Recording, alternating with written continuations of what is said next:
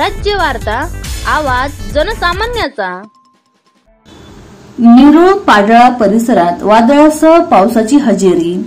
रावेर तालुक्यातील नेरूळ पाडळा परिसरात रविवारी संध्याकाळी 5 वाजेच्या सुमारास वादळासह पावसाने हजेरी लावली। या वादळामुळे केळी पिकासह इतर पिकांचे नुकसान झाले। प्रशासनाने लवकरात लवकर पंचनामे करून नुकसान भरपाई द्यावी अशी मागणी पंकज चौधरी, जिल्हा समन्वयक पदवीधर आघाडी भाजपा जळगाव पूर्व यांनी केली।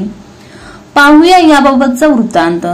स्वराज्यवासाठी किरण पाटील, रावेर, जळगाव।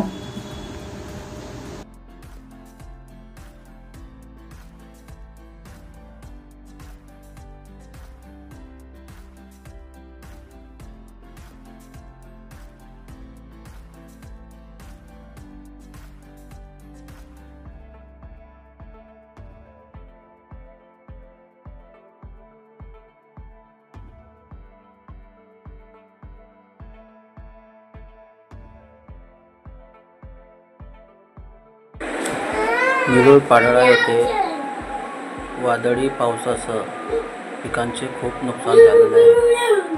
केळी आणि हरभरे, मका यांचं मोठ्या प्रमाणात नुकसान झालेलं आहे। की माझी सरकारला विनंती आहे की त्वरित पंचनामे करून शेतकऱ्यांना न्याय द्यावा।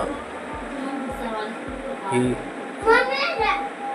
जिल्हा प्रशासन आणि तालुका प्रशासन यांना विनंती आहे आणि मी आमचे आमदार आदरणीय मार्गदर्शक अमोलदादा जावडे यांना सुद्धा विनंती केलेली आहे।